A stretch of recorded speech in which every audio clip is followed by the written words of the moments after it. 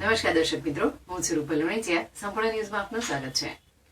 બનાસકાંઠા જિલ્લાની ધાનેરા નગરપાલિકાએ છેલ્લા 20 મહિનાનું 4.26 કરોડનું વીજ બિલ ભરપાઈ કરવા વારંવાર નોટિસો આપવા છતાં બિલ ન ભરાતા ગઈકાલે કચેરીનું વીજ જોડાણ કાપી નાખવામાં આવતા કચેરીના કામે આવેલા અરજદારો અટવાઈ ગયા હતા. જોકે આજે પાલિકાએ યુજીવીસીએલને માર્ચ સુધી બિલ ભરવાની બાંહેધરી આપતા પાલિકાની ઓફિસનું કનેક્શન જોડી દેવામાં આવ્યું હતું.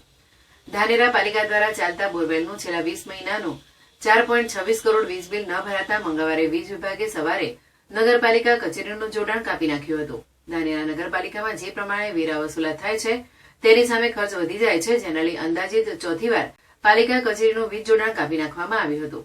પાલિકાનું 2 જાન્યુઆરી સુધીનું 4,26,495 જેટલી રકમ 4,26,495 જેટલી રકમ વીજ બિલ પેટે ભરવાની બાકી છે, જે વીજ બિલ સમય અનુસાર ન ભરાતા મંગળવારે વીજ વિભાગે કાર્યવાહી કરી હતી, જેને લઈને સમગ્ર પાલિકામાં અંધારપટ છવાયો હતો.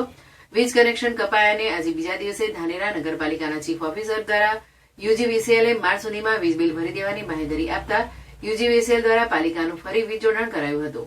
ધાનેરા પાલિકાની બાકી વીજ બિલની રકમ ખૂબ જ મોટી છે, જેને લઈ પાલિકાના સીઓના જણાવ્યા અનુસાર પાલિકાએ સરકારમાં બિલ ભરવા માટે લોનની માંગણી કરી છે. લોન આવતાની સાથે જ સંપૂર્ણ બિલ માર્ચ મહિનામાં ભરી દેવાનું જણાવ્યું છે.